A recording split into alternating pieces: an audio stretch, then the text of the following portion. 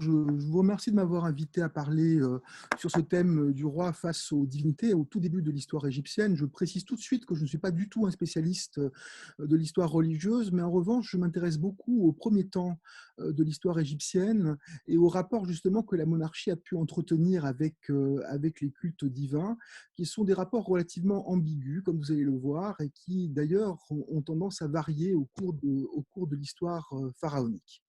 Je vais donc vous présenter des documents qui sont parfois assez anciens et j'ai commencé finalement par le plus explicite, c'est cette stèle du musée du Louvre que vous connaissez sans doute, où vous avez la première version du roi face à la divinité, un roi qui d'ailleurs est connu que par ce document, un roi du nom de Kai Edjet, qui veut dire littéralement celui qui exalte la couronne blanche, qui serait un roi de la troisième dynastie, et on le voit justement être ici en face du dieu faucon et d'adopter cette attitude d'embrassade de la divinité et du roi qui est par la suite familière dans la documentation égyptienne.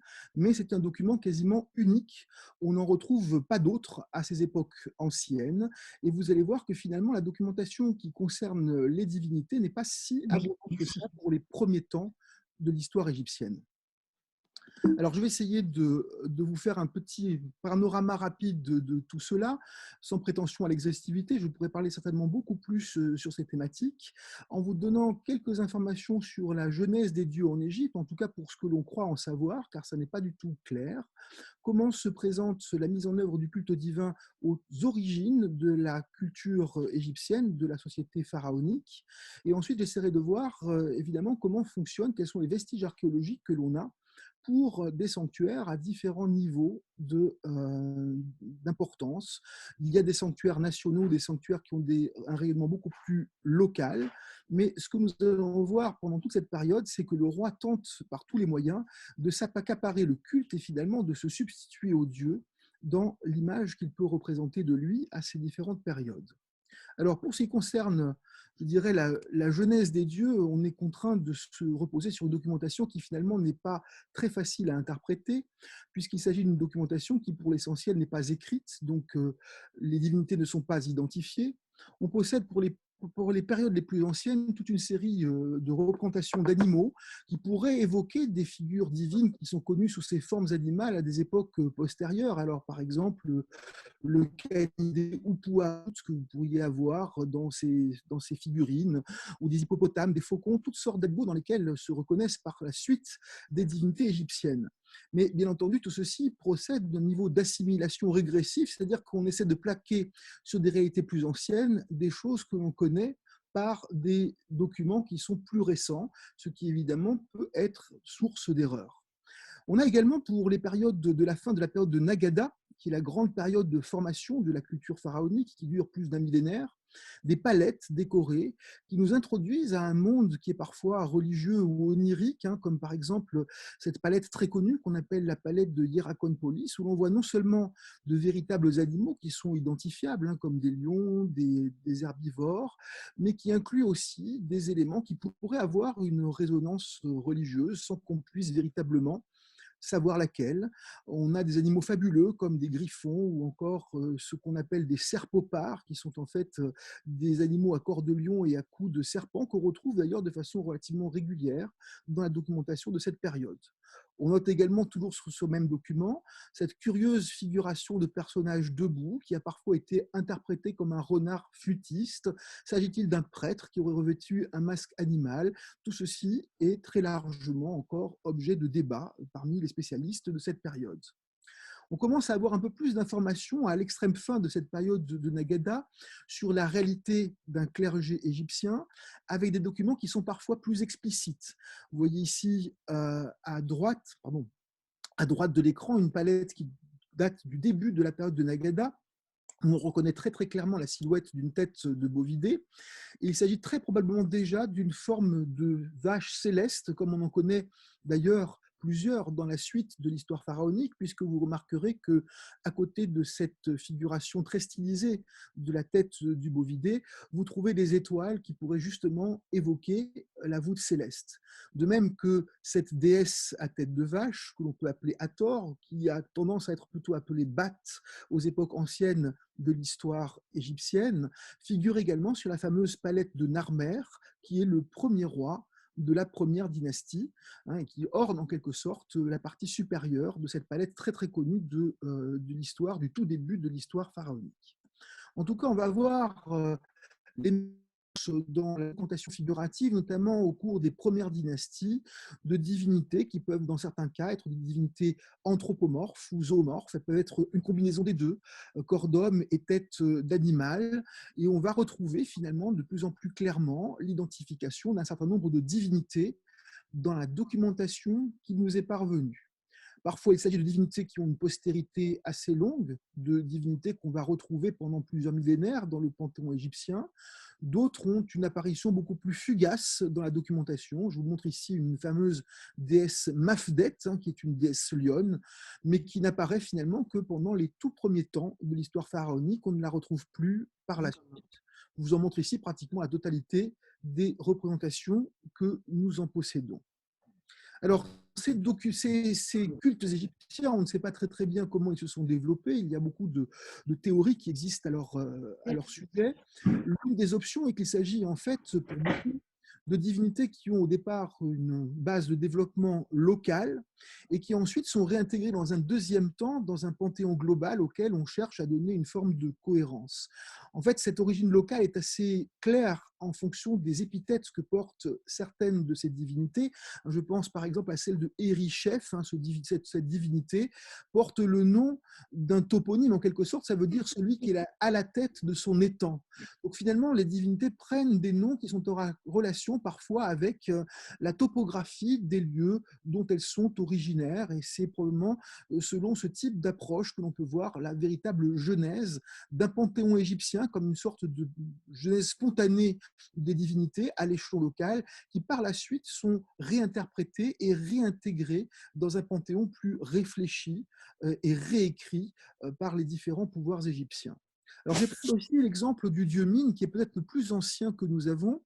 Vous voyez ici que le dieu Mine, sur la carte que je vous montre, se développe sur la ville de Coptos, que vous voyez donc en bas de la carte, au sud de la carte que je vous montre, dans cette boucle du Nil qui se déporte sensiblement vers l'est. Il s'agit d'un dieu qui se trouve sur finalement le débouché des pistes qui relient la vallée du Nil à la mer Rouge, des pistes qui sont assez faciles d'accès et très praticables puisque le Nil se déportant fortement vers l'est à cet endroit-là, c'est ces itinéraires qui ont été le plus fréquemment employés, notamment aux époques anciennes, pour se diriger vers les rives de la mer Rouge. Et ce dieu Mine, justement, c'est un des dieux que l'on connaît de la façon la plus ancienne. Cette découverte a été faite justement à Coptos et ces statues sont maintenant conservées pour la plupart d'entre elles à l'Ashmolean Museum de Oxford. Vous avez ici des représentations assez archaïques de ce dieu. Vous le voyez donc avec un corps nu. Il tient de sa main son phallus, lequel devait d'ailleurs être un élément rapporté qui a disparu de ces statues. Et ces statues, d'après les éléments que l'on en possède, on possède au moins une tête et plusieurs corps de ces différentes statues, étaient probablement des statues qui devaient avoir 4 mètres de hauteur. Donc il s'agit déjà de quelque chose de monumental pour cette histoire très ancienne, cette période très ancienne de l'histoire égyptienne, puisque ces colosses de mines ont parfois été datés du début du 4e millénaire, d'une période qui pourrait être autour de 3600 avant Jésus-Christ. Alors ces colosses étaient probablement exposés dans un temple où ils n'étaient pas dissimulés au regard. En fait, la taille de ces statues penser qu'elles pouvaient être visibles de l'extérieur. Voici les reconstitutions qui ont été faites notamment par l'archéologue britannique Barry Kemp de ce proto ou cet ancien sanctuaire de mines que l'on pourrait trouver à Coptos, donc d'immenses statues typhaliques dressées dans simplement un petit enclos de briques crues. Il faut savoir en tout cas que le lieu de la découverte de ces colosses est assez intéressant puisque, comme dans beaucoup de cas et dans plusieurs des cas que je vais vous présenter aujourd'hui, il y a une réelle continuité dans ces espaces sacrés et que l'on a parfois plusieurs générations de temples qui se sont superposés au même endroit à partir du noyau d'un culte primitif. Donc ces statues monumentales de Coptos marquent l'émergence à l'échelon local d'une divinité tout à fait impressionnante, qui d'ailleurs garde une partie de ses attributions pendant très très longtemps, puisque vous voyez par la suite, j'ai mis à droite ici les représentations les plus classiques du dieu Mine, que l'on connaît jusqu'à la fin de l'histoire pharaonique. Il est même à l'époque gréco-romaine très fortement assimilé au dieu Pan grec dans le désert oriental. C'est un dieu ityphalique qui observe effectivement beaucoup des caractéristiques que l'on avait déjà sur ces colosses de mine présents à Coptos. Autre élément intéressant et qui, là encore, insiste sur l'origine probablement locale de cette divinité, on note parmi les attributs de ce dieu des espèces de représentations de foudre qui restent associées à lui étroitement pendant tout le reste de l'histoire, et puis sa présence sur le débouché de routes qui mènent justement à la mer Rouge se traduit par la mise en place sur le côté de ces statues de coquillages caractéristiques de la mer Rouge qui sont déjà des éléments d'ornementation de ces vestiges extrêmement anciens. Donc, des cultes qui se développent à l'échelon local, mais qui très rapidement vont être pris en charge par le roi, et on va avoir dans la documentation des premiers temps, effectivement, eh bien, une importante implication du roi, notamment dans le domaine religieux. Alors, comment se manifeste justement le culte aux époques les plus anciennes de l'histoire égyptienne? La première chose que l'on peut observer, que l'on peut voir émerger, ce sont des espaces cultuels définis, ce sont des sanctuaires. Je vous montre ici une palette qui est très connue, une petite partie en est exposée au musée du Louvre, le reste se trouve au British Museum, c'est ce qu'on appelle la palette de la chasse, qui est une des plus anciennes palettes décorées que l'on connaisse pour l'histoire égyptienne. Elle date du début sans doute de la période de Nagada III, autour de 3300 avant Jésus-Christ. Il est probable que l'on doive la lire d'ailleurs de façon verticale. Elle met en scène finalement toutes les chasses possibles, la chasse aux herbivores, la chasse à des grands fauves, la chasse risquée, la chasse productive, avec une valorisation de l'image du guerrier, très caractéristique de cette société de Nagada qui est le précurseur de la culture pharaonique. Et si vous regardez dans la partie supérieure du monument, vous avez très clairement une porte ouverte vers la sphère divine avec d'un côté un animal fabuleux avec cette juxtaposition de deux protomes de taureaux qui, dans la documentation plus tardive, indique plus ou moins les portes du ciel dans des textes religieux.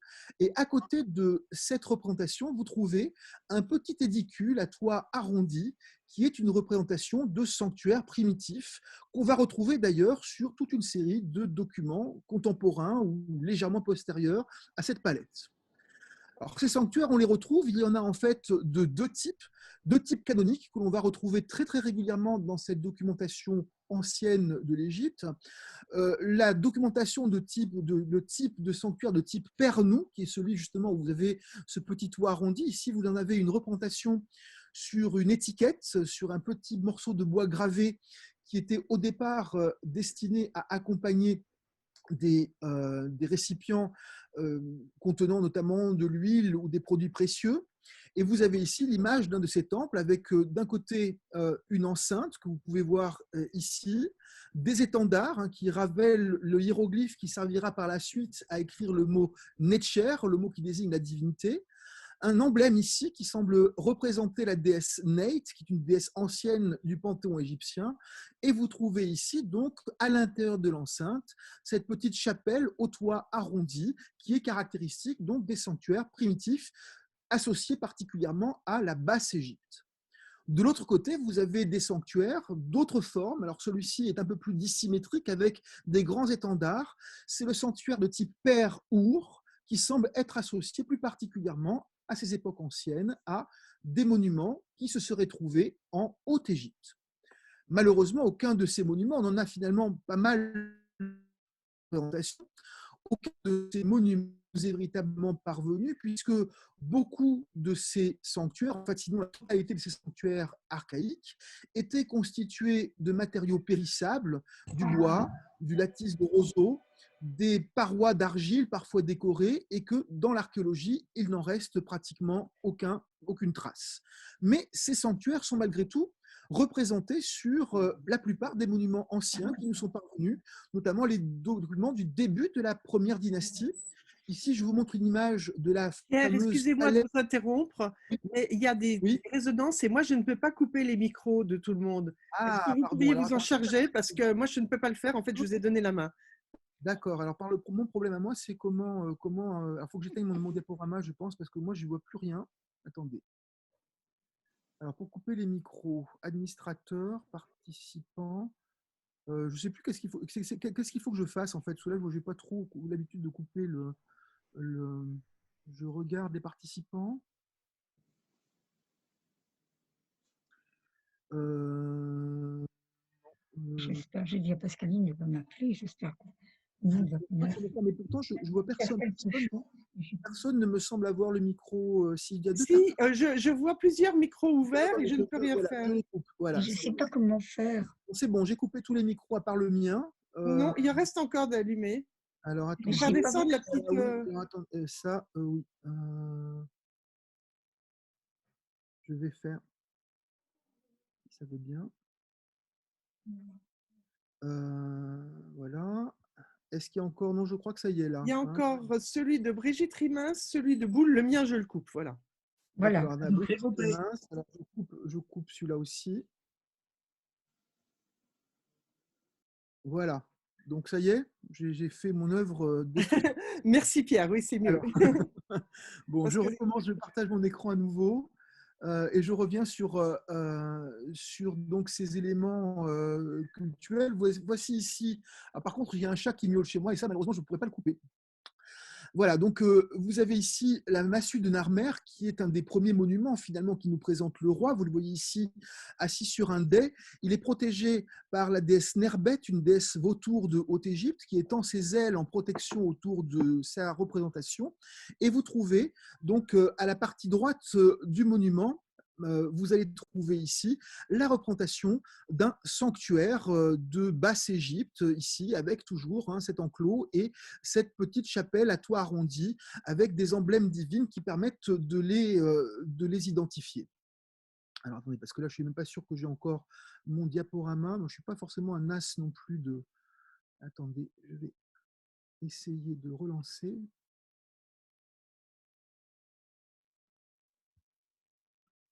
Voilà. Attendez, je suis désolé, je ne sais pas lire à partir de la diapositive actuelle. Et on est reparti. Voilà, donc des images donc, de ces sanctuaires archaïques que l'on retrouve finalement dans la documentation la plus ancienne sur des documents en particulier qui datent des premiers rois de la première dynastie.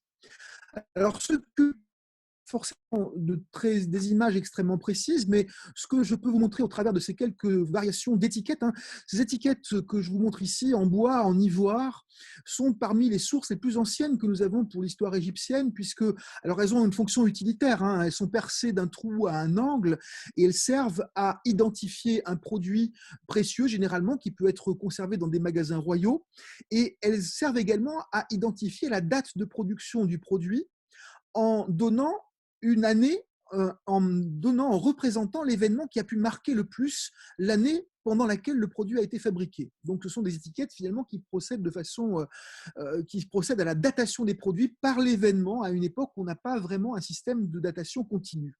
Et dans ce cas-là, vous voyez ici, d'ailleurs, dans le cadre du culte, la pratique du sacrifice humain qui apparaît à plusieurs reprises. Ça, c'est les égyptologues l'occultent assez souvent, mais on a d'assez claires traces du sacrifice humain au tout début de l'histoire égyptienne et jusque finalement au début de la première dynastie. Ici, on a des étiquettes qui datent du deuxième roi de la première dynastie, et vous voyez ici un ritualiste qui est en train de planter un poignard dans la dans la poitrine d'un individu qui a visiblement les mains attachées derrière le dos, en train de récupérer probablement son sang dans un petit récipient qui est placé devant lui, et le tout se met place dans le contexte probablement de l'érection d'une effigie divine que vous avez là, et avec la représentation d'une chapelle divine, hein, que vous retrouvez juste derrière la représentation du prêtre qui apparaît sur ces documents. Alors, le culte, en revanche, est pris assez rapidement en main par le roi dans cette documentation très très ancienne, et on voit que le roi va très vite se présenter comme étant justement celui qui est le responsable du culte, une fonction qu'il va d'ailleurs conserver jusqu'à la fin de l'histoire égyptienne. Ici, je vous montre un autre document phare de cette période de formation de l'histoire égyptienne, c'est la massue qu'on appelle la massue du roi Scorpion. Il s'agit d'un roi qui est soit identique à Narmer, le premier roi de la première dynastie, soit qui lui est légèrement antérieur, mais en tout cas, vous avez sur ce monument l'une des premières représentations connues du roi. Le roi, d'ailleurs, est de façon ici inhabituelle, représenté dans une action plutôt pacifique, celle de mise en œuvre du territoire. Il est équipé d'une sorte de houe qui va lui permettre de mettre en valeur le territoire agricole de l'Égypte. Et ce qui est assez intéressant, c'est que dans la partie inférieure du monument, vous avez ici visiblement la représentation du percement de canaux, peut-être ici à droite la représentation d'un terrain irrigué avec un arbre qui aurait pu être importé et implanté sur le territoire égyptien, mais tout ceci se fait effectivement avec la présence d'un temple du type de ceux que je vous ai déjà montré, le temple de type Pernou, qui s'inscrit dans ce paysage. Donc, vous avez assez rapidement l'insistance sur la façon dont le roi peut œuvrer en faveur des dieux, mettre en valeur le territoire divin, mettre en valeur les cultes des divinités. Parmi les sources les plus intéressantes, nous montre l'implication du roi dans le culte divin. Il y a ce monument dont je vais dire un mot et sur lequel je vais m'étendre un tout petit peu, puisque c'est finalement grâce à lui qu'on arrive à écrire la plus grosse partie de l'histoire égyptienne des premiers temps. C'est ce qu'on appelle la pierre de Palerme. Alors cette pierre de Palerme, ce n'est pas seulement le fragment que je vous montre ici, qui est conservé, vu son nom, au musée de Palerme. Il s'agit en fait des restes d'une immense dalle de basalte qui avait été érigée au milieu de la 5e dynastie, autour de 2400 avant Jésus-Christ, et qui, à l'origine, enregistrait l'action de tous les rois, année après année, des origines de la monarchie égyptienne au moment où le monument avait été gravé.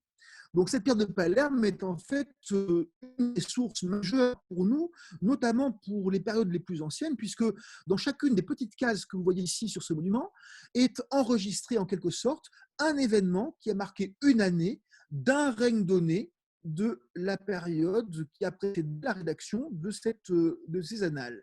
Et nous avons notamment dans ce document toute une série de cases qui se rapportent aux rois de la première, deuxième, troisième et quatrième dynastie. Alors, c'est un document qui est très intéressant pour l'historien, mais justement, il a un parti pris qui est clairement un parti pris religieux. L'action du roi qui apparaît dans ce monument est pour l'essentiel une action rituelle. Et je prends ici l'exemple de la section qui nous est parvenue du règne du roi Den, qui est le 5e roi de la première dynastie. Il a dû régner autour de 2900 avant Jésus-Christ.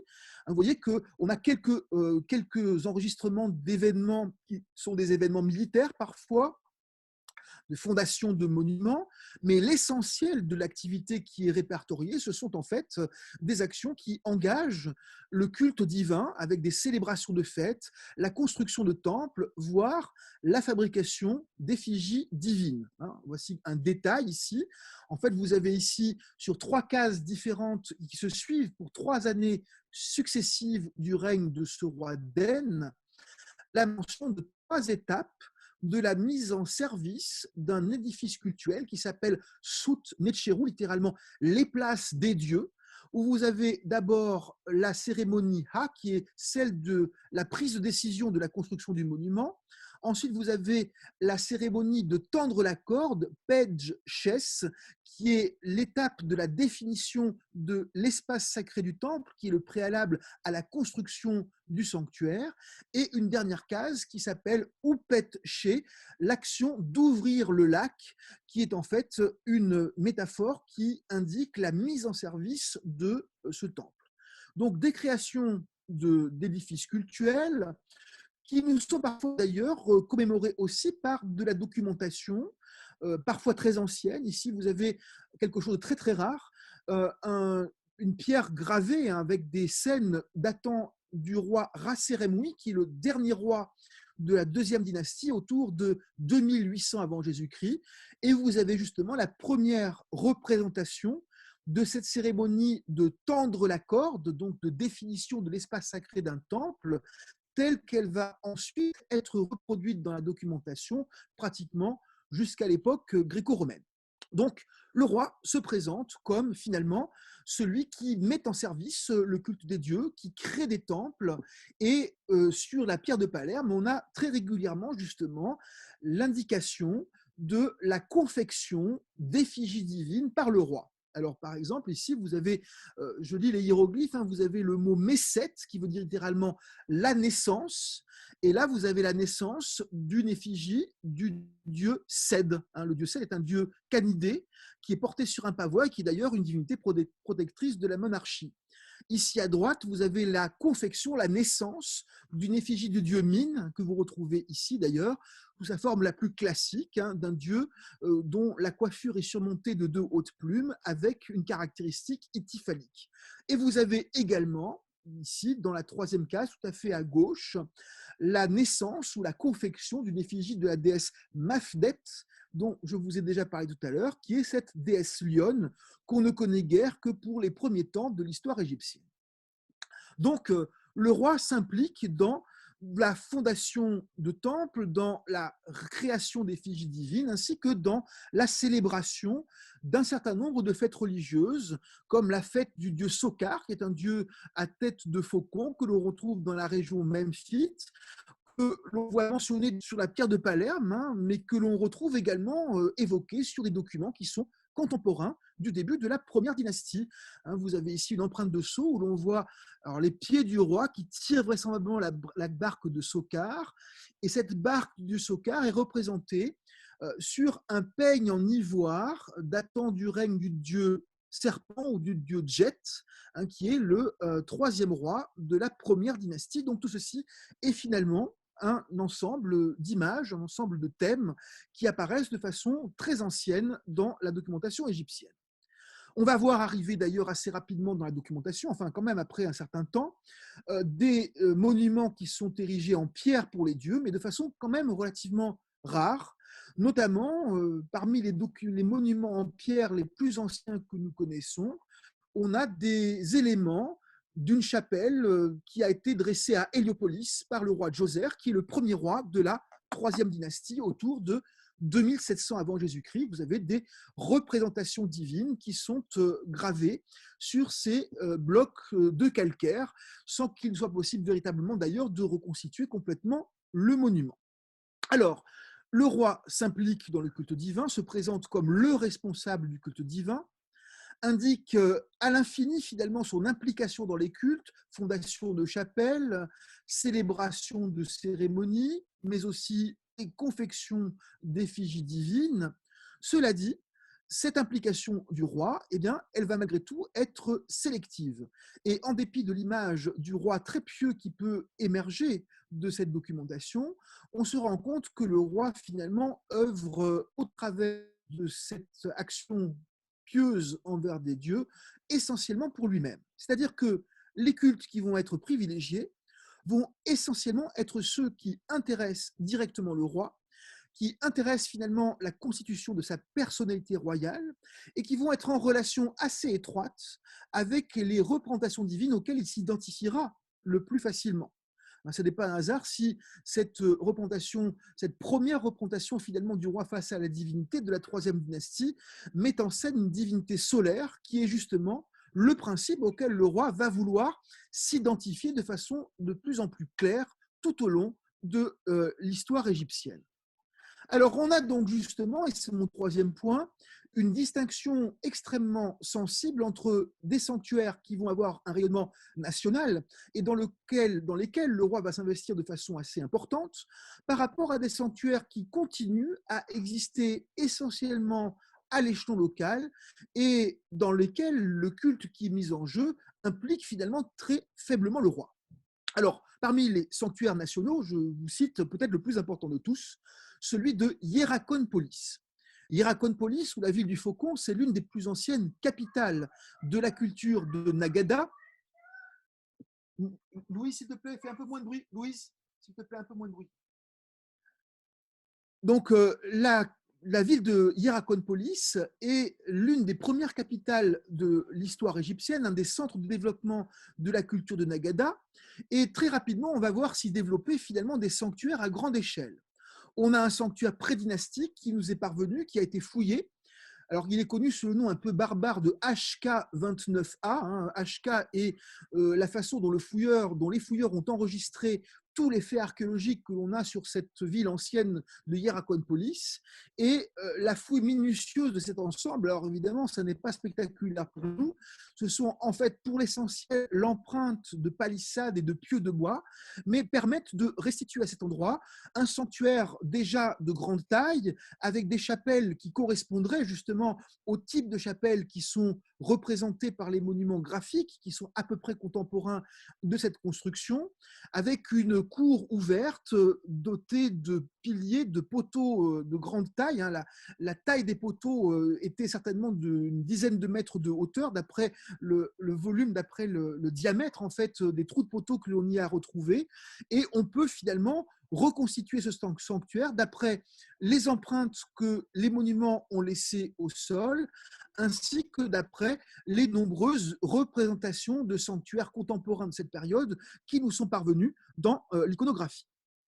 Toujours à Hierakonpolis, on a également un autre monument de toute première importance. C'est un monument qui est le temple qui doit correspondre aux premières dynasties ou à la première dynastie sur ce site de Hierakonpolis.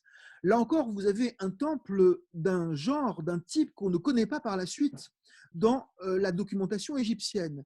Il s'agit en fait d'une butte de sable qui est entourée d'une maçonnerie de grès, de blocs de grès, une construction finalement monumentale qui est relativement rare pour cette période. Et comme dans le cas de Coptos que j'évoquais tout à l'heure, vous voyez qu'on a à cet endroit, qui est considéré comme un espace sacré, une série de plusieurs générations de temples qui se sont par la suite surimposés au lieu de culte originel qui se trouvait dans cette ville de Hierakonpolis.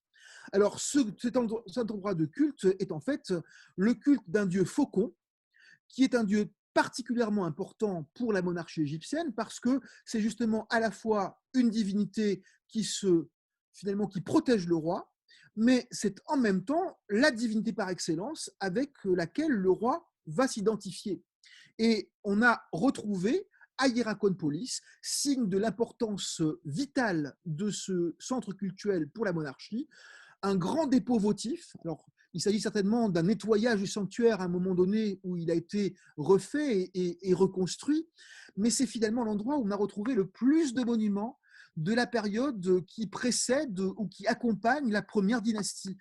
La massue du roi Scorpion, que j'ai tout à l'heure évoquée, de même que la massue de Narmer, de même que la palette de Narmer, de même que la palette de Hierakonpolis, proviennent toutes de ce grand dépôt votif de Hierakonpolis, qui montre que l'on a effectivement, dans ce cas précis, une implication extrêmement forte de la monarchie.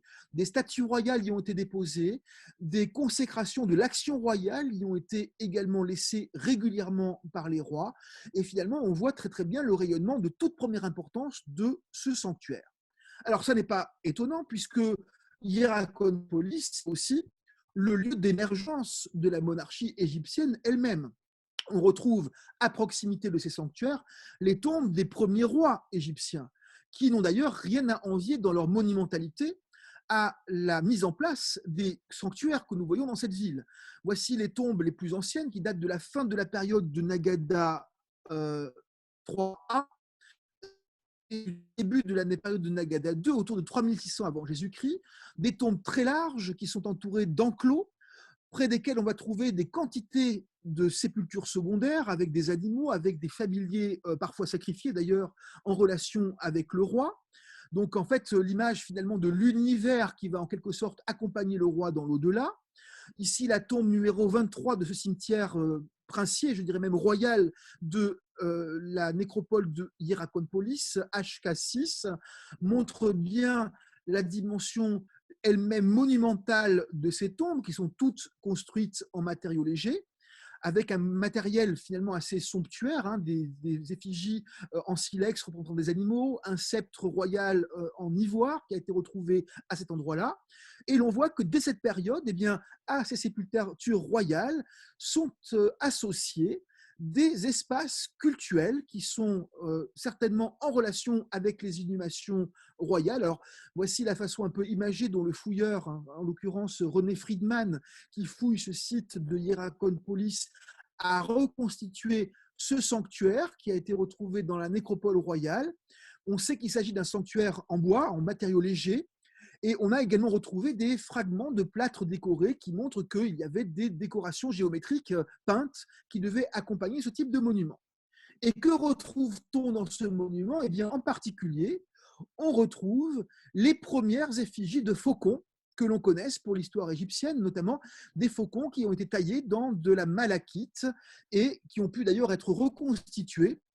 Il s'agit donc d'une combinaison finalement déjà d'un lieu de culte divin où l'on va honorer la personnalité du dieu faucon, mais où l'on va également jouer sur l'assimilation que ce dieu faucon peut avoir avec le roi d'Égypte. Et cette assimilation, elle est bien entendu, dès cette période-là, affirmée de façon répétitive par la façon dont le roi va lui-même se présenter. Le roi va évoquer sa fonction au moyen de cette représentation d'un faucon perché sur une façade de palais stylisée. Nous sommes ici au début de la période de Nagada 3A, autour de 3300 avant Jésus-Christ. Et puis ceci va se formaliser et pendant tout le reste de l'histoire égyptienne, depuis les premières dynasties, on va avoir le nom du roi qui va se présenter justement, être inscrit dans cette façade de palais avec des hiéroglyphes qui permettent d'exprimer son nom, de le lire. Et cette façade de palais va être surplombée par le faucon Horus, auquel le roi s'assimile et qui protège en même temps le roi. Ici, vous avez la fameuse stèle du roi Djet, parfois appelé roi serpent, qui se trouve au musée du Louvre et qui agrémentait son complexe funéraire dans la ville d'Abydos. Donc, les cultes nationaux sont privilégiés par le roi. C'est là qu'on va retrouver un matériel votif qui est laissé véritablement par le roi en grande quantité auprès de centres cultuels qui l'intéressent particulièrement parce qu'ils lui permettent de définir sa propre fonction royale. Alors, par opposition à cela, on se rend compte que lorsque l'on a des temples locaux éloignés de ces centres religieux et politiques, eh bien, le développement se fait de façon beaucoup plus lente et l'on passe à la dimension monumentale à un rythme beaucoup plus lent. Voici par exemple la ville d'Éléphantine qui se trouve tout à fait au sud de l'Égypte. Cette ville d'Éléphantine nous a laissé de très nombreux vestiges qui datent du tout début de l'histoire égyptienne. On a un centre administratif des premières dynasties. On a une forteresse qui certainement a fonctionné dès la première dynastie à un point crucial de l'espace égyptien qui peut être considéré effectivement comme la frontière de l'Égypte à ces époques anciennes de son histoire.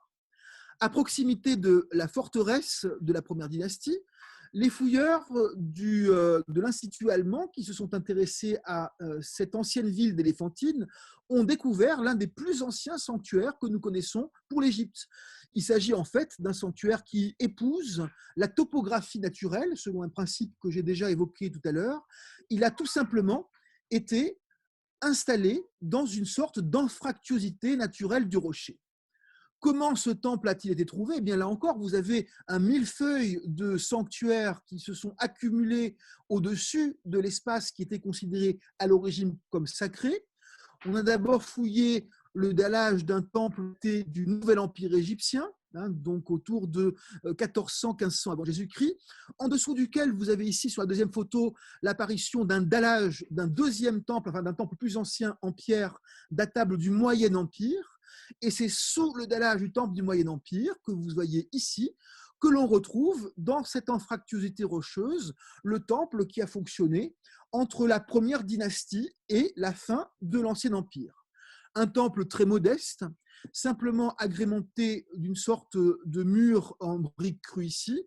Vous avez au centre un podium sur lequel l'effigie divine pouvait probablement être placée. Et donc un temple qui reste extrêmement modeste dans toute la période de son fonctionnement. Ce qui est intéressant, c'est que lorsque l'on analyse justement les dépôts votifs qui ont été faits dans ce sanctuaire, rien à voir avec ce que l'on trouve à la même période à Hierakonpolis.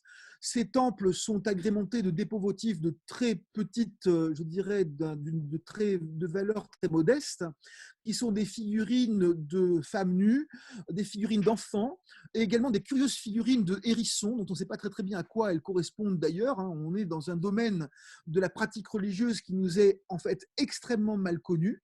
Et ce n'est qu'à l'extrême fin de l'Ancien Empire égyptien que l'on va trouver la première marque d'intérêt de la monarchie égyptienne pour ce sanctuaire, sous la forme de cette petite plaquette de faïence qui a été laissée par un roi de la fin de l'Ancien Empire, de la 6e dynastie. Donc vous voyez que l'intégration par le roi de ces cultes, de ces lieux de culte est très variable en fonction de l'importance que ces différents lieux cultuels peuvent revêtir pour lui dans une démarche finalement qui est très fortement centrée autour de sa personne et de son lieu symbolique.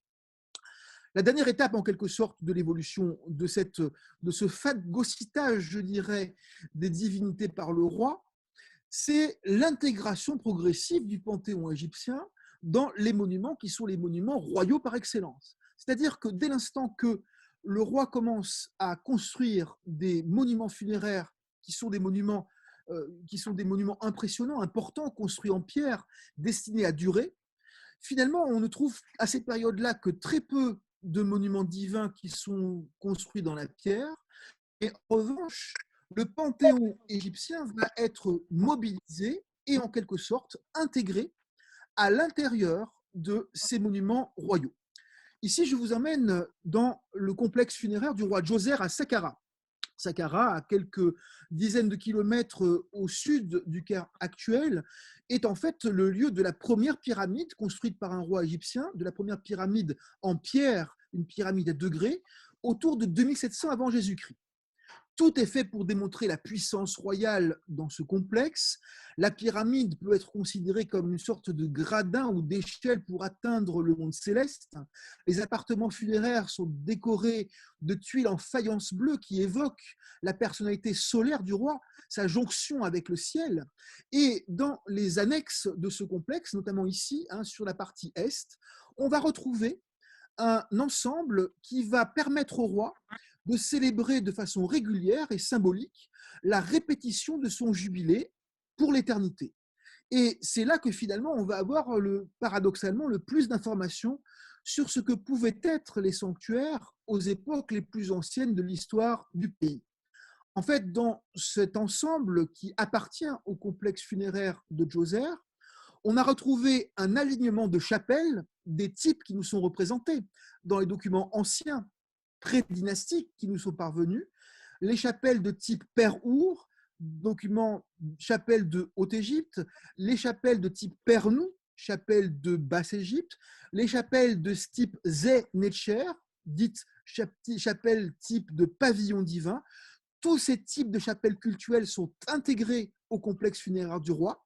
Et ces chapelles, en fait, que vous voyez ici, très largement reconstituées par les restaurations qui ont été faites il y a maintenant près d'un siècle par l'archéologue français Jean-Philippe Loher, montrent finalement des espaces cultuels où les dieux vont être conviés comme spectateurs à des cérémonies symboliques de couronnement du roi, de jubilés royaux qui vont avoir lieu pour l'éternité dans un espace qui a été pour l'occasion transposé dans la pierre. En fait, ce que vous avez sous les yeux ici, ce sont les formes anciennes des cultes divins, les formes anciennes des chapelles qui autrefois étaient édifiées en matériaux légers et que l'on a en quelque sorte transposées dans la pierre au bénéfice du roi pour que ce panthéon des dieux de l'Égypte puisse assister le roi dans la répétition de son couronnement et dans la régénération de son pouvoir, dans un contexte funéraire qui lui permet en quelque sorte de perpétuer son règne pour l'éternité. Et vous voyez ici un bon exemple de la façon dont ça se produit. Vous voyez ici ces chapelles en pierre, mais vous avez ici le battant de bois de la porte en bois qui devait pouvoir se refermer. Alors, bien évidemment, ce n'est pas une porte qui fonctionne, mais on l'a quand même représenté dans la pierre avec la crapaudine qui permet à la porte de tourner. Donc, transposition, pétrification en quelque sorte, des formes religieuses les plus anciennes de cette tradition très lointaine du pays qui trouve une forme d'aboutissement avec ce règne de Djoser.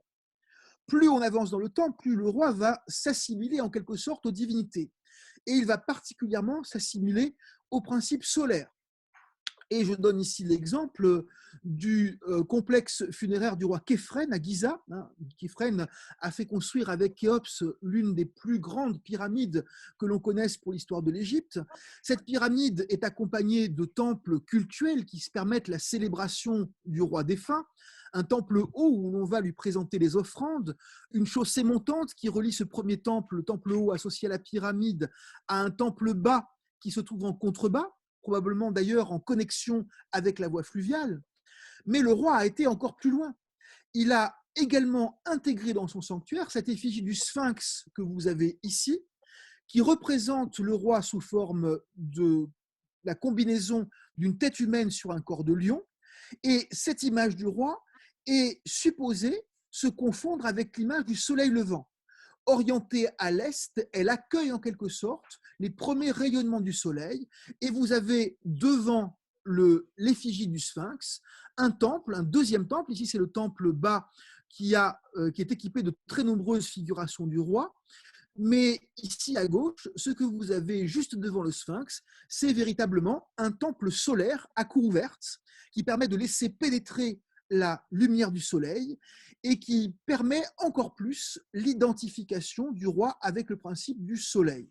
Donc vous voyez comment le roi d'Égypte joue progressivement sur d'abord le caractère pieux de sa fonction, puis l'insistance sur les divinités qui finalement sont proches de la définition qu'il veut donner de son pouvoir, et en fait va favoriser notamment le culte solaire dans lequel il se reconnaît lui-même, et on va jouer finalement sur une forme d'ambiguïté, une effigie qui est en fait une effigie destinée à célébrer le soleil levant, va être intégrée dans le complexe funéraire du roi et permettre non seulement la figuration, la célébration et le culte du roi en tant que roi défunt, mais également la célébration du roi en tant qu'image du soleil qui se régénère et qui renaît chaque matin.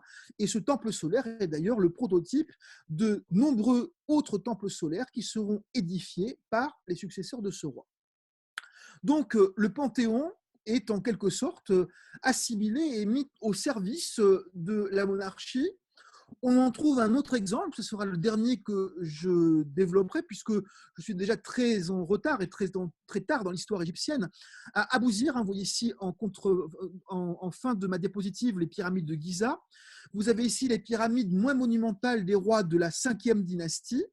Ces pyramides sont également équipées de temples funéraires qui permettaient la célébration du roi mort, et elles sont équipées d'une très abondante décoration murale qui, là encore, vont présenter le panthéon des dieux égyptiens, mais ne vont les présenter essentiellement que dans leur capacité à aider le roi à renaître et à survivre dans l'au-delà. Quelques images simplement. Ici, une image du roi Saouré qui est allaité par une divinité féminine, probablement la déesse Hathor. Vous voyez d'ailleurs cette image assez curieuse d'un petit roi qui tète cette divinité, mais qui pour autant apparaît exactement sous les traits d'un adulte. Donc les dieux mobilisés dans la régénération et la renaissance du roi. Et vous allez également retrouver dans ce sanctuaire les dieux dans leur rôle d'adjuvants permettant de maîtriser les ennemis de l'Égypte au bénéfice du roi égyptien. Donc la relation entre les rois et les dieux pendant toute cette période du début de l'histoire égyptienne est une relation relativement ambiguë. Le roi ne manque pas de mettre en avant sa piété, son intérêt pour les cultes, les dotations qu'il peut faire au sanctuaire, la création de nouveaux monuments. Mais ces créations sont quand même très largement motivées par l'intérêt qu'il peut en recevoir lui-même, notamment dans le cadre de son complexe funéraire où les dieux vont lui servir en quelque sorte à atteindre l'image divine qu'il projette d'atteindre. Donc finalement, à l'époque de l'Ancien Empire et depuis les débuts des époques de formation, on voit qu'on a une forme de déséquilibre finalement qui existe dans les sources, comme probablement dans la pratique, entre les monuments divins et les monuments royaux.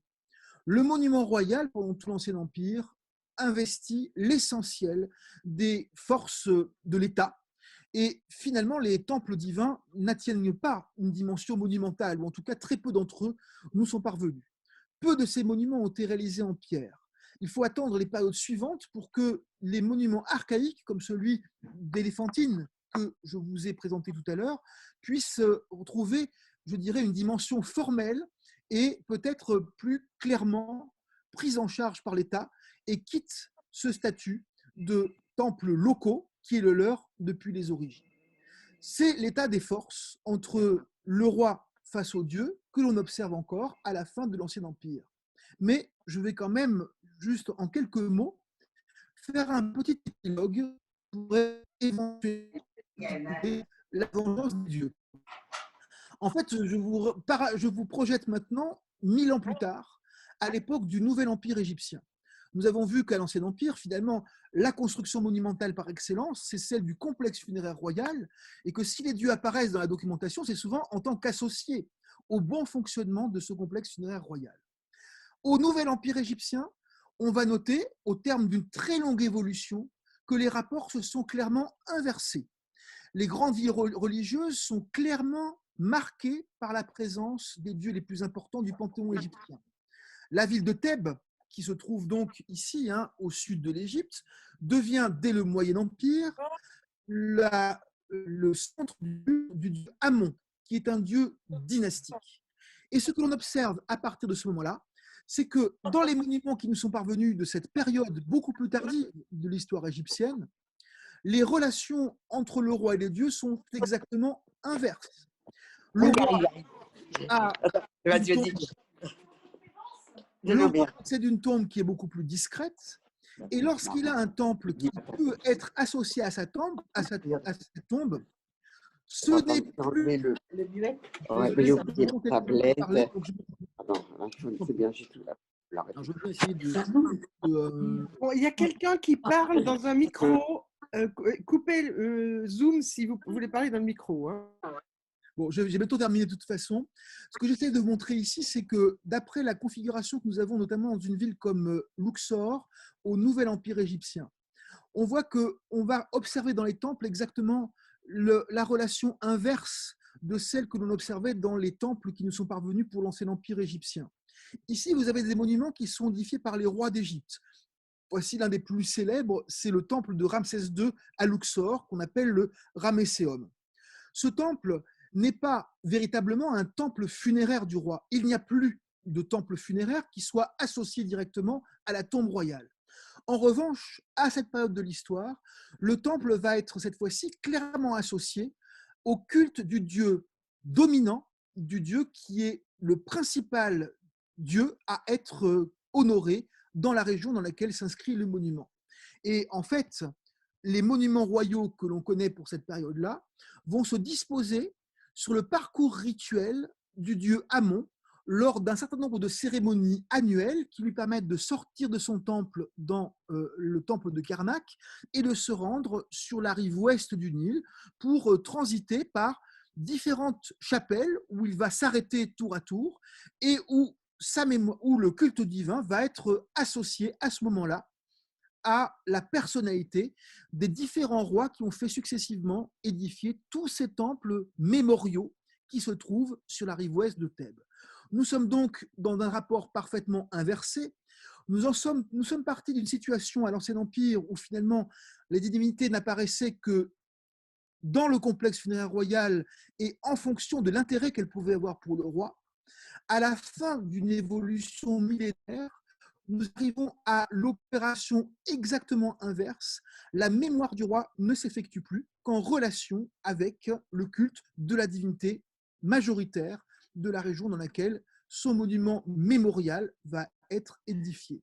Vous voyez que le complexe, les relations entre le roi d'Égypte et les elles sont prises en main, je dirais, et en quelque sorte absorbées par le roi au tout début de la période, mais avec, je dirais, une certaine provincialisation dès la fin de l'Ancien Empire, et puis avec les crises qui ont pu affecter la monarchie aux époques postérieures de l'histoire égyptienne, ces rapports progressivement en sont venus à s'inverser, et le roi a besoin finalement de l'intervention de ces dieux pour pouvoir continuer à assurer la survie de sa mémoire.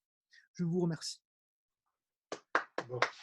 Merci infiniment. C'était vraiment passionnant. J'ai pour moi beaucoup découvert. Alors, je suppose qu'il y aura des questions, mais je vais profiter de ma position pour en poser une. Du coup, si on a l'impression qu'il y a une perte de pouvoir finalement des rois par rapport aux dieux, est-ce qu'on peut interpréter dans cette perspective-là la révolution d'Akhenaton? C'est de reprendre le pouvoir finalement. Oui, bah, certainement. Alors en fait, le problème d'Akhenaton, c'est que la révolution religieuse qu'il fait est certainement justement une révolution essentiellement politique. C'est-à-dire que on ne peut pas dire vraiment que le clergé gênait le roi, mais c'est clair qu'il formait une sorte de contre-pouvoir assez sensible. Et il est probable que la volonté d'Akhenaton, c'est de revenir en quelque sorte aux origines, c'est-à-dire qu'il n'y a plus d'intermédiaire entre le roi et la divinité se résumant en quelque sorte à la seule forme manifeste du divin qui est le rayonnement solaire. Donc il se passe de toute une forme intermédiaire, et d'ailleurs les temples qu'il construit s'inspirent très fortement dans leur réalisation de ce que l'on observe justement à cette période de la 4e dynastie et de la 5e dynastie, où nous avons des temples solaires qui sont ouverts et où en quelque sorte on va chercher à opérer au travers de ces sanctuaires une forme de superposition entre l'image du dieu et l'image du roi. La seule différence, c'est que même au temps d'Akhenaton, et malgré justement cette réforme qui cherche à replacer en quelque sorte le roi au centre de l'univers, le roi, en quelque sorte, n'est que l'intermédiaire, mais le seul intermédiaire entre le Dieu et le monde des hommes. Il n'est pas forcément considéré comme un Dieu lui-même. Bon, les égyptologues qui parlent d'Akhenaton, puisqu'on parle d'Akhenaton, je vous renvoie à la très bonne monographie de Dimitri Labouri, qui avait écrit donc une monographie sur Akhenaton et qui a développé le principe de pharaonocentrisme plus que d'un monothéisme en fait, en parlant de ce roi, puisque lorsque finalement on met en scène exclusivement un Dieu qui est manifeste à tout le monde, qui ne parle pas, puisque en fait les dieux peuvent s'exprimer dans les temples égyptiens, mais Aton ne dit rien, Aton ne parle pas. En fait, c'est un dieu muet, c'est une instance muette. Finalement, le curseur se déplace et le seul objet de culte que peuvent avoir les particuliers, notamment dans leurs tombes, dans leurs monuments privés, c'est justement la famille royale en tant que seul élément tangible qui permet d'effectuer cet intermédiaire avec le monde du divin. Merci. Alors, j'essaie de réactiver les micros de tout le monde. Je ne sais pas si je peux réactiver. Non, mais chacun peut réactiver son micro. Chacun peut le faire en bas. Et il y en a déjà un certain nombre qui l'ont été. D'accord. Donc, est-ce que quelqu'un d'autre, enfin voilà, vous avez des questions parce que c'était une question très riche et. Je suis un peu allé peut-être un peu vite aussi. Bon. Non, mais voilà. Puis c'est finalement une période sur laquelle on sait beaucoup moins de choses. Bon, ce qui peut être connu de l'Égypte est souvent plus récent. Ceux qui ont été en Égypte, ce n'est pas forcément des monuments de cette époque-là, à part Djoser qu'ils ont vu. Donc, qui souhaite poser une question? C'est le moment.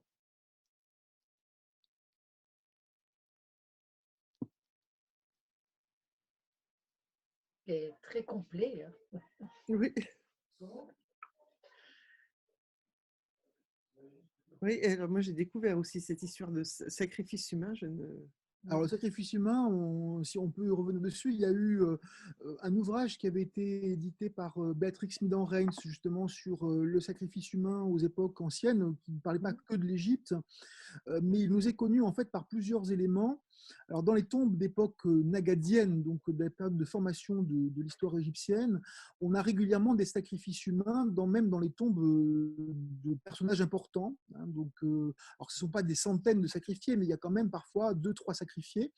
Dans cette tombe de Hierakonpolis dont j'ai parlé, hein, qui sont des grandes tombes, hein, où on a l'association de véritables zoos autour de la tombe, on a aussi trouvé des individus dont les vertèbres portaient la trace de découpes, donc clairement qui ont été égorgés et sacrifiés. Et ces pratiques, notamment avec des cérémonies d'enterrement royaux, se prolongent très certainement au moins jusqu'au début de la première dynastie. Dans les complexes funéraires des rois d'Abydos, comme le roi Aa, qui est le deuxième roi de la première dynastie, on a probablement des individus sacrifiés qui font partie, en fait, qui sont des morts d'accompagnement et qui sont enterrés dans des tombes subsidiaires à côté de celles du roi. Donc, c'est une pratique que l'on observe encore au début de la première dynastie et qui a tendance à disparaître ensuite de la documentation. Il y a par la suite un vrai tabou même sur les exécutions et les amours d'humains, enfin, quand ils ne sont pas étrangers en tout cas. Ce qui est étonnant, c'est qu'on a quelque chose qui semble être un peu parallèle à Our. Enfin, ça, là, je laisserai la parole aux spécialistes comme Jean ou Carole, mais ces morts d'accompagnement dans les tombes. Je crois qu'à Our, c'est beaucoup plus spectaculaire d'ailleurs. Oui, Hein. oui, mais c'est un peu la même fonction, quoi. Oui, Carole. en fait, bon, faut dire les choses telles qu'elles sont. L'Égypte n'a jamais fait que copier palement le monde mésopotamien. C'est-à-dire que probablement, de ce que peuvent dire beaucoup les égyptologues, mais ce qu'on voit en fait, pour moi, le début de la monarchie égyptienne, c'est une monarchie qui a une grande opinion d'elle-même et qui cherche à s'inspirer de ce qui a du prestige dans le monde d'à côté, qu'ils connaissent finalement probablement très bien, et auquel ils vont emprunter des signes, des symboles, sans forcément toujours en faire exactement la même chose. Même chose pour l'écriture. Hein. Je suis convaincu que l'écriture, elle est effectivement inventée en Mésopotamie, mais les Égyptiens, étant un peuple qui veut avoir un certain niveau de prestige, se donnent à cœur d'avoir tout de suite une forme d'écriture en même temps. Et je pense que si leur écriture est différente de l'autre, le principe en est probablement très très vite importé du monde d'à côté. Donc je pense que beaucoup des choses qu'on trouve en Égypte sont la réinterprétation locale de phénomènes que l'on peut trouver dans le monde d'Uruk, en fait, avec lesquels dont ils sont à la périphérie et dont ils sont certainement relativement connaisseurs finalement et dont ils envient le prestige. Et ça, j'avais. Sait-on quelle est la signification de ces sacrifices humains? Est-ce qu'on sait On n'en sait pas beaucoup plus, encore une fois, donc ceux que l'on connaît, donc les étiquettes que je vous ai montrées semblent être en relation avec un culte divin, puisqu'on a une enseigne divine et un pavillon divin qui est représenté. Donc, il pouvait peut-être y avoir des sacrifices humains dans le cadre du culte divin, c'est possible.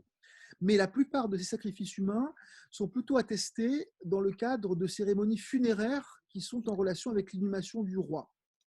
Donc, il est probable que ce sont des sacrifices, des morts d'accompagnement, qui, là encore, sont en relation avec le prestige de la royauté au tout début de l'histoire égyptienne. Merci.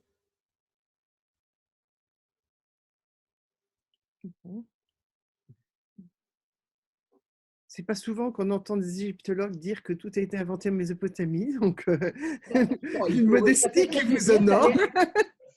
Non, mais il n'y a pas de lutte stupide à avoir dans ce domaine-là. Moi, je suis convaincu Oui, oui, non, mais je sais bien, mais je sais bien.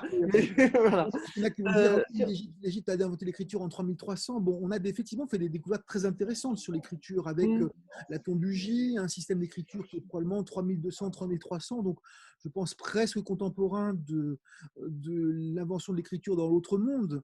Mais déjà, cette écriture, je ne suis pas convaincu qu'on puisse vraiment la considérer comme telle parce que finalement, le système hiéroglyphique qui vient au jour après ne s'en inspire que très partiellement. Donc, est-ce que c'est vraiment l'origine de ce système-là? Et moi, j'ai l'impression justement que c'est peut-être une réaction à l'invention de l'écriture, puisque les gens qui sont vraiment prestigieux font comme ça, alors faisons-le aussi. Je pense qu'il y a vraiment ce mimétisme qui joue, leur originalité ayant été de souvent trouver des formes tout à fait originales pour exprimer finalement des idées comparables. Y a-t-il d'autres questions? C'était très bien. Très intéressant. Merci beaucoup, Pierre. Moi, je peux difficilement m'exprimer parce qu'il y a un cours juste à côté. Donc c'est pour ça que de ne pas trop prendre la parole, comme vous entendez d'ailleurs. Mais très rapidement, c'est assez amusant ce que vous disiez sur le rapport Mésopotamie et Égypte au 4e millénaire, parce qu'après, on voit aussi les choses dans l'autre sens. C'est-à-dire que soit Sourbanipal et Assaradon, enfin Assaradon et Sourbanipal, on voit donc les rois néo-assyriens au milieu du 1er millénaire, on voit justement cette fascination pour les hiéroglyphes, cet intérêt pour l'écriture égyptienne, et où ils vont jusqu'à essayer de créer leur propre hiéroglyphe en Assyrie, à la Mésopotamienne. Et c'est assez amusant de voir justement cet échange. Les deux sphères se sont mutuellement influencées. Bon, je pense qu'au tout début, quand même, il y a une très grosse différence de dimension aussi entre l'Égypte d'un côté et le monde du rouquéen de l'autre. En fait, on n'est pas non plus dans les mêmes rapports. L'Égypte reste un pouvoir relativement marginal, encore tout à fait au début de son histoire. Bon, alors c'est clairement aussi un pouvoir assez agressif dès le départ, c'est-à-dire qu'ils se sont projetés très vite sur les côtes du Levant, ils ont cherché à maîtriser des routes commerciales. Dès que des pouvoirs voisins ont ont commencé à émerger, ils se sont empressés de les écraser pour éviter d'avoir de la concurrence. Mais au moment de l'émergence finalement de la plupart des idées qui sont à la base de la culture pharaonique, dont fait partie l'écriture, clairement il y a une influence je pense, mésopotamienne. Elle se sentirait aussi, ça c'est pas moi qui le dis, beaucoup de gens ont travaillé sur ça, sur la façade de palais qui sert ensuite à écrire le nom du roi, le fameux Sérère. Il y a probablement une influence également orientale. De même que dans certaines notations de la royauté, on a parfois une sorte de petite rosette qui apparaît et qui semble associée dans le monde d'Uruk soit à la royauté, soit à certaines formes de prêtrise. Donc il y a une perméabilité des deux mondes et une forte faculté de s'inspirer de ce qu'on voit dans le monde mésopotamien. Même chose, je crois aussi, pour certains types d'animaux fabuleux comme le griffon ou le serpopard. Je pense qu'il doit y avoir aussi des équivalents dans le monde mésopotamien que j'avoue connaître mal. Mais très certainement, oui, il y a des perméabilités entre ces deux mondes. J'ai un petit message de Jean Margueron et Béatrice qui n'arrivent pas à mettre leur micro, mais qui remercient parce qu'ils ont trouvé la conférence passionnante. Merci.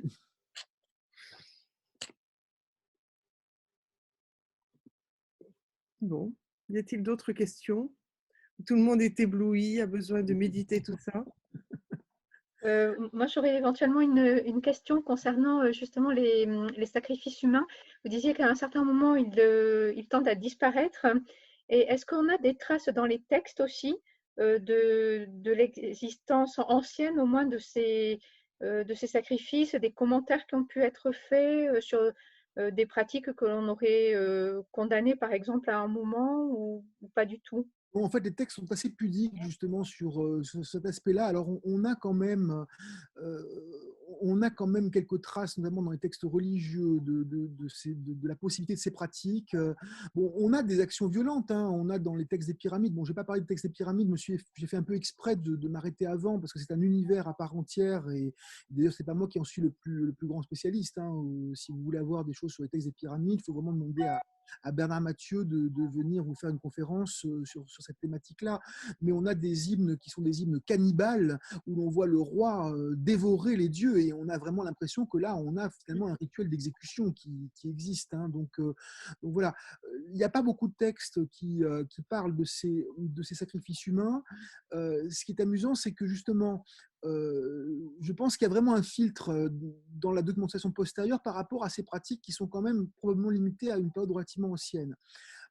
J'en vois pour preuve une chose. Je ne vous ai pas montré tout ça parce que ça ne relevait pas directement du sujet, mais pour l'enterrement de ce roi Aa, qui est le deuxième roi de la première dynastie, on a toute une série d'étiquettes commémoratives qui effectivement associent à ces funérailles l'existence de sacrifices humains où on voit toujours la même chose, la même scène, le personnage qui plante un poignard dans le cœur de la victime et recueille son sang dans une sorte de bol devant. Et cet événement-là est retranscrit plusieurs siècles plus tard sur la pierre de Palerme. Alors la pierre de Palerme, justement, est une sorte de conservatoire de la mémoire égyptienne, mais elle a été rédigée en 2400 avant Jésus-Christ, et dans le cadre justement du roi Aa, elle se reporte finalement à des événements qui ont dû avoir lieu quelque chose comme 500 ans plus tôt. Et la case où on a l'image du sacrifice humain, on n'a pas la même image. Elle a été transformée. On voit simplement un couteau qui transperce un oiseau qui est un vanneau. Et ce vanneau est dans la documentation égyptienne l'image du peuple égyptien. Donc il y a une autre façon graphique de montrer d'évoquer le sacrifice humain, mais on se garde bien de le représenter de façon assez crue. Donc l'image, enfin, le texte est clair, c'est l'exécution d'une population égyptienne, mais on ne le transcrit pas d'une façon évidente dans la documentation. Donc je pense vraiment que après ces premières périodes et ce que l'on peut voir sur la documentation qui est proprement contemporaine de ces sacrifices, il y a une sorte de voile pudique qui est jeté sur ce type de pratique.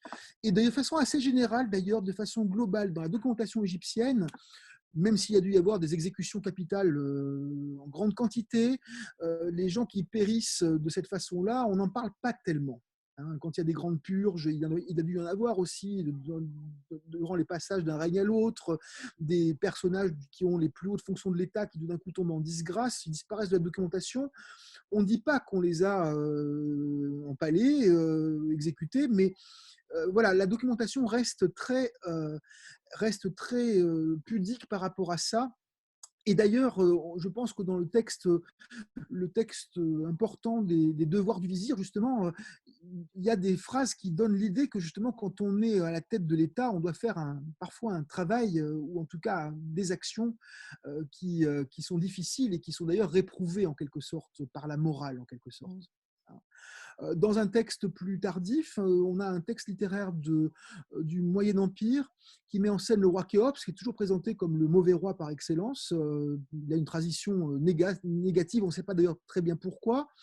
On met en scène le roi qui accueille ses fils, lui racontent des prodiges qui ont lieu dans les temps passés, puis on fait venir à sa cour un magicien qui est capable de reconnaître les têtes. Premier réflexe du roi Khéops, ah bah tiens, qu'on fasse venir le prisonnier qui est dans la prison après qu'on l'aura exécuté. Et c'est dit dans le texte. Et à ce moment-là, le magicien dit non, cela n'est pas permis sur le noble troupeau du Seigneur, de Dieu. Donc, on voit vraiment quand même que progressivement dans cette culture, d'une part le sacrifice humain et même finalement les exécutions capitales sont finalement quelque chose dont on a du mal à parler et qui sont de toute façon réprouvées. Merci. Bon, écoutez, à moins qu'il y ait une autre question, sinon nous allons libérer notre conférencier. Merci infiniment, Pierre. Merci. C'était passionnant. Donc, à tout le monde, bonne fête, bon Noël. J'espère que vous pourrez le passer avec... Bon, on passera en petit groupe, mais semble-t-il, on pourra quand même aller voir quelques personnes. Et donc, profitez de ces fêtes en petit comité. Protégez-vous bien. Et on se retrouve en janvier pour la conférence de Jean et Béatrice Margueron. Probablement encore sur Zoom. On va arranger tout ça. Bon. Et puis, voilà. Bonne fête à tous et au revoir. Merci, bonne fête à vous aussi et bonne fête à tous. Au revoir.